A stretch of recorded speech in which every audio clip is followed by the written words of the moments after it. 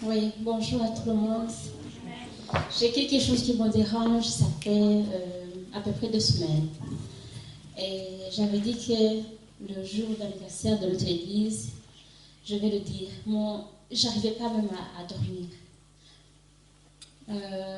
Je me rappelle quand on avait le début du Covid, quand ça a commencé, on avait tous peur. Je me rappelle quand on allait dans des shopping pour aller chercher à manger. On disait que c'était la fête du monde. Les gens qui ne priaient pas, ils voulaient aller à l'église. Moi, je me disais, merci Seigneur, parce que nous, on a une église. Que ce soit le bâtiment, que ce soit notre cœur, on a quelque chose qui est plus grand. Et alors, on s'appelait au téléphone, mais ça a commencé en Europe. On se dit, en Afrique, on dit, ah oui, ça a commencé en Europe, mais nous, ça ne va pas arriver. Ça a commencé en Chine. Et par après, ici en Belgique, on se disait, moi je me disais, ah oui, c'est en Chine, mais ça ne va pas arriver en Belgique. Et par après, on regarde la télé, c'est en Italie. Oh, je dis, tiens, ça commence en Italie. Et par après, on dit, en France. Quand on a regardé les infos, on a dit qu'il y avait 8 personnes, je pense, qui étaient dans le bus, qui sont arrivées à Bruxelles. Je dis, tiens, mon Dieu, c'est arrivé à Bruxelles, en Belgique. Et par après, on a dit, calmez-vous, restez à la maison. Mon Dieu, je me rappelais de ça pendant la guerre, pendant le génocide au Rwanda. Restez à la maison, ne sortez pas. Qu'est-ce qui se passe? On ne sort pas. Et par après, je me dis, tiens, si on reste à la maison, j'espère qu'on ne va pas dire qu'on ne va pas aller à l'église. On commence à limiter les gens. Si vous êtes à 4, si vous êtes à 5, même vos familles, il faut limiter. Ça a commencé à faire peur. On regardait toujours la télé. Je me dis, tiens, Seigneur, le diable, vraiment, il est terrible. Et alors, par après, on a dit, même dans des églises, restez à la maison, personne ne sort. Je dis, tiens, c'est la fête du monde. On reste à la maison. Et alors, en France, une fois, ils ont dit, il ne faut pas dépasser, je ne sais pas, 10 mètres ou je ne sais pas quoi, aux alentours de la maison. Je dis, Seigneur Jésus, on va mourir à l'intérieur de la maison. J'imaginais quelqu'un qui était seul à la maison. Je pense que s'il n'avait pas d'encouragement, on pouvait mourir même sur place. Et par après, moi, ce que je voudrais remercier, c'est notre Église. Dieu a fait des choses incroyables. Je voulais le dire dimanche passé, mais quand Kesha jouait le piano, le pasteur a demandé si on avait un témoignage. Mais je me dis, tiens, si je témoigne, ça va prendre du temps. Je me calme. En rentrant, j'étais dérangée. À la maison, je n'ai pas pu dormir. Il y a quelque chose qui me dit, dis ce que tu as, dis ce que tu as. Et alors, on dit, mais ces frères romains, je pense, ils ont dit, même si on ne vient pas à l'église ici, mais nous, on ne va pas arrêter, on va prier sur Zoom.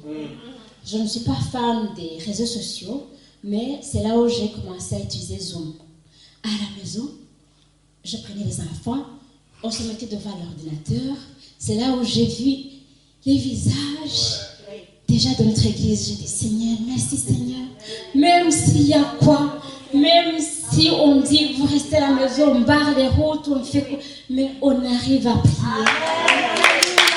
Même si Linda n'est pas là aujourd'hui, même la sœur Linda, il y avait son image. Parce qu'il y avait le nom qui s'écrivait en dessous. Il y avait Célinda, il y avait tout le monde était là. Le pasteur enseignait, il donnait des messages. Je dis, merci Seigneur. Quelqu'un qui croit en Dieu, vraiment, c'est grand. Dieu est merveilleux. Amen. Et alors, il y a l'ambulance, on a dit, les gens qui ont Covid, on les met ensemble.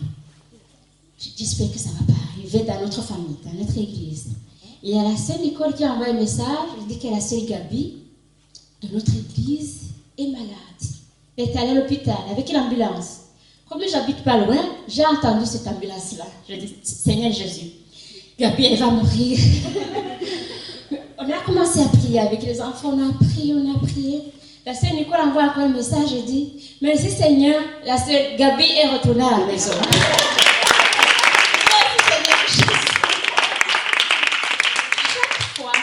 La sœur Nicole a envoyé des messages pour encourager les gens. S'il y a les gens qui étaient malades, Il disait, on prie pour la seule, on prie la famille, je ne me rappelle pas, qui a 2 enfants, maman, qui a 2 enfants qui est là derrière.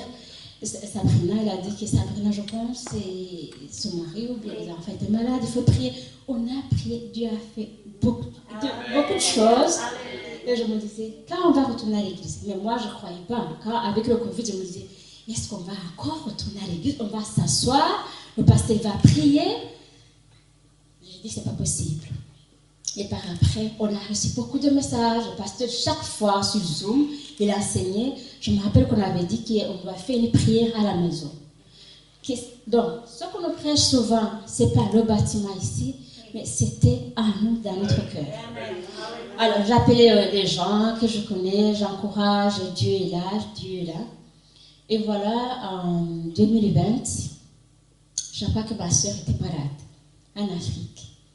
On n'allait pas dans les avions. Mais j'ai dit, tiens, Seigneur Jésus, je suis ici, comment est-ce que je vais faire? J'ai entendu quelqu'un qui a dit qu'on pouvait prendre un avion. Et alors, j'ai fait le test Covid. J'ai acheté un ticket, je suis partie directement. Mais je vous jure, dans l'avion, j'étais ici par exemple, là, il n'y avait personne, il y avait notre là. Et alors, ce qui me faisait peur aussi sont des masques. Quand ça a commencé, j'ai vu quelqu'un qui portait un masque et je me dis, tiens, j'espère que nous, on ne va pas porter. Je voyais que c'était moche. On bouge ici. Et alors, si on porte des fleurs, on voyait que les yeux, je dis, c'est comme des talibans. Seigneur Jésus, on ne voyait personne. Tu croises la personne que tu connais, tu ne sais pas que c'est la même personne que tu connaissais. Je dis, Seigneur Jésus, qu'est-ce qui se passe maintenant? Mais Seigneur a fait des choses. J'arrive en Afrique et j'ai dit, ah oui, vous voyagez, j'espère que vous n'avez pas Covid. Je dis, je n'ai pas Covid. On a fait le test. On passe dans des hôtels. Et par rapport, on fait encore des tests. Quand j'étais à l'hôpital, je me dis, Dieu, j'ai été avec toi. J'étais avec toi tout le temps, même pendant le Covid. Même avant, j'allais à l'église, je priais. Mais maintenant, je n'arrive pas. Mais montre-moi, Seigneur, que tu es un Dieu salmite. Les petites chansons qu'on chante ici, souvent ça, il y a des mots qui restent dans le cœur. J'ai dit, tu traces le chemin. Trace un chemin. Ici, moi je vais en Belgique, ça fait 21 ans, 22 ans. Ça fait 22 ans, je suis ici. Je vais dans un hôpital, je ne sais même pas comment ça se passe. Mais j'ai dit, Seigneur Jésus, j'ai laissé les enfants. Mais je sais que tu es avec eux. Alors il y a des gens qui se moquaient de moi et de me demander, ah, tu as laissé les enfants seuls. Je dis, ils sont grands, ils sont avec Dieu. Ah oui, ils sont avec Dieu. Mais dans mon cœur, je me disais, Dieu est là. Mais les enfants nous manquaient de rien. S'ils ont manqué de rien, c'est des choses qu'un enfant peut manquer, même s'il est avec moi. Mais Dieu a été grand. Et alors, quand j'étais à l'hôpital, je disais, Dieu, montre-moi que tu es grand, que tu es un Dieu salmite, que tu traces le chemin. Tout ce qui se passait, c'était incroyable. Les gens qui étaient à l'hôpital, ils n'arrivaient pas à croire tout ce qui se passait. Ma soeur, quand elle arrivait, on demandait qui était malade entre vous et elle. Elle dit, tu es formidable. Moi, dans mon cœur, je disais, c'est Dieu qui fait tout ça. Il a pris tout ce qu'il fallait. Malheureusement, elle n'est pas venue aujourd'hui, c'est pas grave. Dimanche passé, je voulais le dire. Mais le pasteur, tout ce qu'il a dit aussi, c'est ce qui était dans mon cœur parce que je voudrais remercier cette église. Aussi encourager une personne, s'il a un problème que ce soit, Dieu est là. Amen. Chaque fois, il y a un message que le pasteur passe ici. Moi, je me dis, on dirait qu'il a regardé dans mon cœur, tout ce qu'il prêche, c'est pour moi. Moi, je dis qu'ici, je vais ici chaque fois, c'est ma nourriture que je vais chercher ici. Et moi, ça me bénit, ça me donne de la force. Je ne sais pas comment le dire. Et la fois passée, je voudrais remercier cette famille. Chaque fois, je vais le dire, il y a quelque chose qui arrive qui dit, attends un peu, tu vas le dire une autre fois. Et la fois passée, je croyais qu'on allait demander encore qu'il y a un témoignage, on n'a pas demandé. Mais peut-être que c'est Dieu qui a voulu. Parce que le pasteur qu'on avait invité, il a dit tout ce que je voulais dire. La sœur Nicole, la famille du pasteur, je voulais ajouter pendant le Covid, quand on restait à la maison, ils sont venus ici, je ne sais pas, à 5 ou quoi. Quand je les ai vus, chaque dimanche, ils n'ont pas manqué aucun jour à l'église. Il n'y a rien qui a été stoppé parce qu'il avait le Covid. Ils ont fait tout. Même quand ils étaient malades, ils pouvaient venir.